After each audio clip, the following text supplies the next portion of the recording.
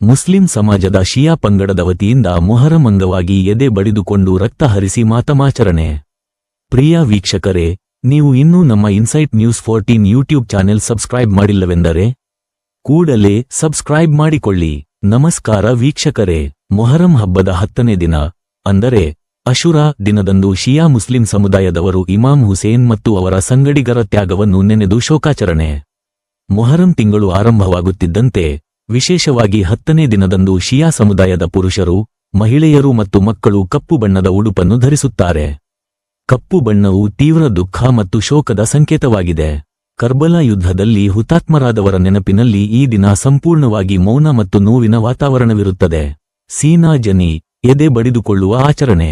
ಶೋಕಾಚರಣೆಯ ಪ್ರಮುಖ ಭಾಗವಾಗಿ ಪುರುಷರು ಗುಂಪಾಗಿ ನಿಂತು ಯಾ ಹುಸೇನ್ ಎಂದು ಜಯಘೋಷ ಕೂಗುತ್ತಾ ತಮ್ಮ ಕೈಗಳಿಂದ ತಮ್ಮದೇ ಎದೆಗೆ ಜೋರಾಗಿ ಬಡಿದುಕೊಳ್ಳುತ್ತಾರೆ.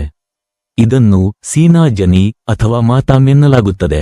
ಈ ಸಂದರ್ಭದಲ್ಲಿ ಇಮಾಮ್ ಹುಸೇನ್ ಅವರ ಮೇಲಿನ ಭಕ್ತಿ ಮತ್ತು ಅವರು ಅನುಭವಿಸಿದ ನೋವನ್ನು ನೆನೆದು ಕಣ್ಣೀರಿಡುತ್ತಾರೆ. ಅಶುರಾ ದಿನದಂದು ಬೃಹತ್ ಮೆರವಣಿಗೆ ಹೊರಡಿಸಲಾಗುತ್ತದೆ.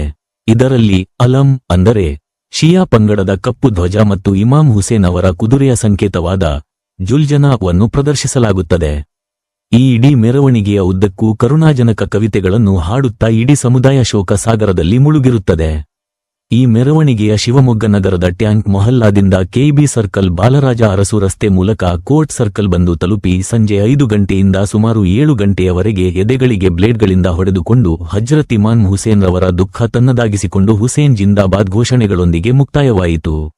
ನಂತರ ಬಂದ ಅದೇ ದಾರಿಯಲ್ಲಿ ಮೆರವಣಿಗೆ ವಾಪಸ್ ಮರಳಿತು. ಇದನ್ನು ನೋಡಲು ಸಾವಿರಾರು ಸಂಖ್ಯೆಯಲ್ಲಿ ಜನರು ಸೇರಿ ವೀಕ್ಷಿಸುವ ಮೂಲಕ ಸಾಕ್ಷಿಯಾದರು. ಮುಂದಿನ ಅಪ್ಡೇಟ್ಸ್ಗಾಗಿ ನೋಡ್ತಾ ಇರಿ ಇನ್ಸೈಟ್ ನ್ಯೂಸ್ 14.